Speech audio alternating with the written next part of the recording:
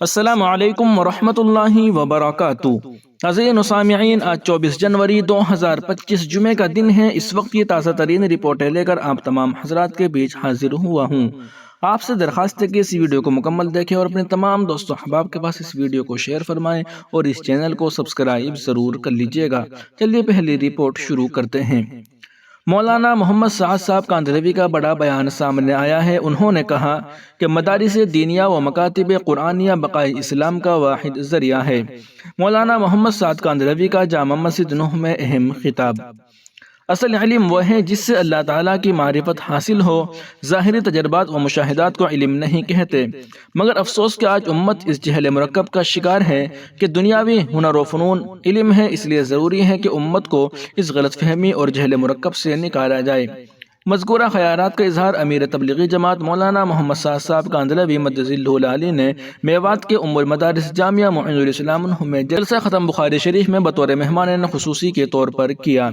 انہوں نے موجود علماء کرام و طلباء مدارس اسلامیہ کو بطور خاص مخاطب کرتے ہوئے اپنے ناصحانہ خطاب میں کہا کہ دراصل علم صرف جاننے یا کسی چیز کی معلومات حاصل ہو جانے کا نام نہیں ہے، بلکہ تعلق مع اللہ پیدا کرنے والا علم ہی علم نبوت ہے، اور علم کے بقا کے لیے بنیادی شرط گناہوں سے استغفار اور تعلق مع اللہ ہے۔ انہوں نے موبائل سمیت جدید آلات نشر و اشاعت کی نفی کرتے ہوئے کہا کہ جس علم کو اللہ تعالیٰ نے اپنے محبوب صلی اللہ علیہ وسلم پر نازل کرنے سے پہلے آپ کے سینے مبارک کو چاک کر کے دل کو آب زمزم سے 3 مرتبہ دھویا، بھلا معصیت کے آلات سے اس علم کو کیسے حاصل کیا جا سکتا ہے؟ علاوہ ازیں انہوں نے طلبہ عزیز کو نصیحت کرتے ہوئے کہا کہ علم حاصل کرنے کے لیے اللہ تعالیٰ کا قرب ضروری ہے، جو کہ اللہ تعالیٰ کے ذکر کے بغیر حاصل نہیں ہو سکتا۔ قبل ازیں انہوں نے آج سے تقریباً 100 سال قبل محسن امت و بانی تبلیغ حضرت مولانا محمد الیاس صاحب رحمۃ اللہ علیہ کی ایمان و عین منشا کے مطابق قائم کردہ میوات کے سب سے قدیم دینی ادارہ جامعہ معین الاسلام نوح کے طلباء دور حدیث کو بخاری شریف کی آخری حدیث پڑھا کر بخاری شریف کا اختتام کروایا، اور فراغت حاصل کرنے والے طلباء کے اللہ کے راستے میں 1 سال کے لیے، جبکہ دیگر علماء کرام کی دوسرے اور تیسرے سال کے لیے نقد تشکیل کی۔ ان سے پہلے مرکز نظام الدین سے تشریف لانے والے بزرگ عالم دین مولانا عبدالستار صاحب نے بھی قیمتی نصیحتیں کی اور اللہ کے راستے میں نکلنے کی ترغیب دلائی۔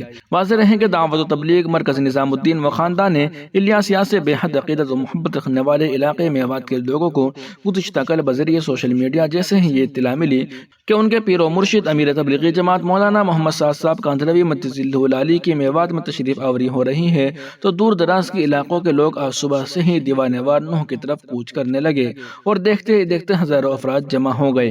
ایک وقت میں مدرسہ معین الاسلام و جامع مسجد نوح میں قدم رکھنے کے لیے جگہ نہیں بچی۔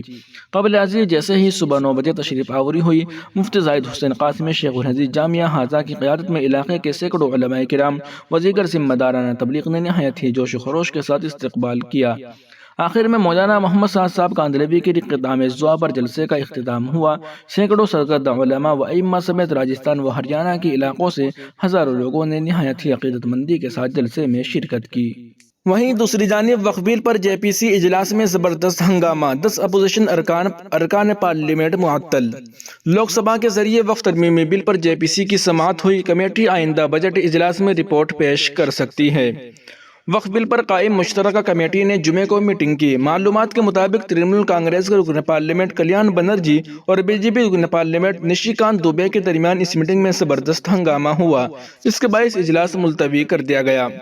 معلوم ہوا ہے کہ کلیان بنرجی نے میٹنگ پر سوالات اٹھائے ہیں، نشی کانت دوبے نے اس پر اعتراض کیا، پھر دونوں کے درمیان بحث شروع ہو گئی۔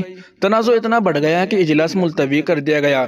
اس کے ساتھ ہی اپوزیشن کے 10 ارکان پارلیمنٹ کو دن کے لیے معطل کر دیا گیا۔ معطل ارکان میں کلیان بنرجی، محمد جاوید، اے راجہ، اسد الدین اویسی، ناصر حسین، محب اللہ ندوی، ایم عبداللہ، اروند ساونت، ندیم الحق، عمران مسعود شامل ہیں۔ اگلا اجلاس 27 جنوری کو ہوگا۔ قبل ازیں جیسے ہی وقف ترمیمی بل پر مشترکہ پارلیمانی کمیٹی جے پی سی کا اجلاس شروع ہوا، متحدہ مجلس عمل کے میر واعظ عمر فاروق نے جمعے کو امید ظاہر کی کہ وقف بل کے معاملے پر جلد بازی میں کوئی فیصلہ نہیں کیا جائے گا۔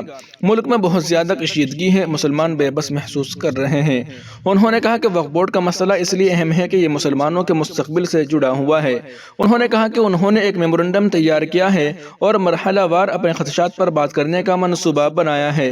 فاروق نے کہا کہ چونکہ جموں کشمیر ایک مسلم اکثریتی ریاست ہے، اس لیے لوگوں کو بہت سی تحفظات ہیں، کئی مسائل ہیں اور ہم ان پر مرحلہ وار بحث کریں گے۔ ہم امید کرتے ہیں کہ جے پی سی کے اراکین ہماری طرف سے اٹھائے گئے خدشات کو سمجھیں گے اور ان کا ازالہ کریں گے، کیونکہ یہ معاملہ مسلمانوں کے مستقبل سے براہ راست جڑا ہوا ہے۔ انہوں نے کہا کہ آپ دیکھ سکتے ہیں کہ جب مسجدوں اور مندروں کی بات آتی ہے تو پہلے ہی کشیدگی کا ماحول ہے۔ ہم سمجھتے ہیں کہ ایسا کوئی قدم نہیں اٹھایا جانا چاہیے جس سے بھائی چارے کی فضا کو نقصان پہنچے۔ ہمارا خیال تھا کہ جے پی سی کشمیر آئے گی، ہم یہاں بہت کم وقت کے لیے آئے ہیں۔ منگل کو اتر پردیش کے لکھنؤ میں ملاقات کے بعد جے پی سی کے چیئرمین جگدمب بکا پال نے کہا کہ جے پی سی کی آخری میٹنگ ہوگی اور اس کے بعد وہ 31 جنوری کو بجٹ اجلاس کے دوران پارلیمنٹ میں اپنی رپورٹ پیش کریں گے۔ جگدمب بکا پال نے جے پی سی ایک کمیٹی ہے۔ جگدمب بکا پال نے کہا کہ جے پی سی ایک کمیٹی ہے جس میں مختلف پارٹیوں کے ارکان ہوتے ہیں۔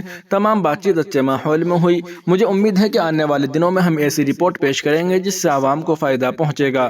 پچھلے 6 مہینوں میں ہم نے اکیلے دہلی میں 34 میٹنگیں کی ہیں۔ میں ان تمام اراکین پارلیمنٹ کا شکریہ ادا کرتا ہوں جنہوں نے ان تمام اجلاسوں میں شرکت کی۔ انہوں نے کہا کہ مجھے یقین ہے کہ یہ ایک بہت اچھی رپورٹ ہوگی اور اس کی بنیاد پر ایک اچھا قانون بنایا جائے گا جو اس بات کو یقینی بنائے گا کہ وقف املاک کو ان کے مطلوبہ مقاصد کے لیے استعمال کیا جائے۔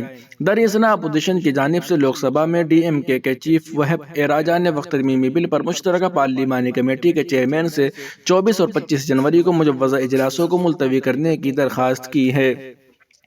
جگدمب بکا پال کو لکھے گئے اپنے خط میں راجا نے کہا کہ یہ کہنے کی ضرورت نہیں کہ پٹنہ، کولکاتہ اور لکھنؤ میں اسٹیک ہولڈر سے ملاقات کے لیے جے پی سی کے دورے کے پروگرام 21 جنوری کو ہی مکمل ہو گئے تھے اور ممبران کو اپنے طے شدہ پروگراموں کو پہلے ہی واپس بھیج دیا گیا تھا۔ حلقے سے اپنے دورے کا پروگرام اسی طرح جاری رکھیں گے۔ ناظرین و سامعین، ان اہم رپورٹوں کو آپ سن اور دیکھ رہے تھے محسن اسلام یوٹیوب چینل پر۔ تمام تازہ ترین اپڈیٹ حاصل کرنے کے لیے ابھی ویڈیو کے نیچے سبسکرائب والے آپشن پر کلک کر کے اس چینل کو سبسکرائب ضرور کر لیجئے گا۔ دوستو، آخر میں آپ سے ایک درخواست کی جاتی ہے کہ ہمارا نیا یوٹیوب چینل محمد تھانوی شارٹ کے نام سے یوٹیوب پر تشکیل دیا گیا ہے۔ آپ سے درخواست ہے کہ اس یوٹیوب چینل کو آپ سرچ کریں، محمد تھانوی شارٹ نام لکھ کر، اور اس چینل کو سبسکرائب ضرور کر لیجئے گا۔